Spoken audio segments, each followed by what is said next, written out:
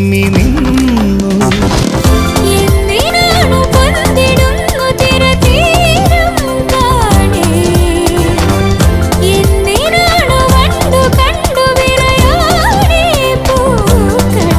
പറയൂ മനമേ, ചൊരിയൂ മധുരം പ്രിയതേ.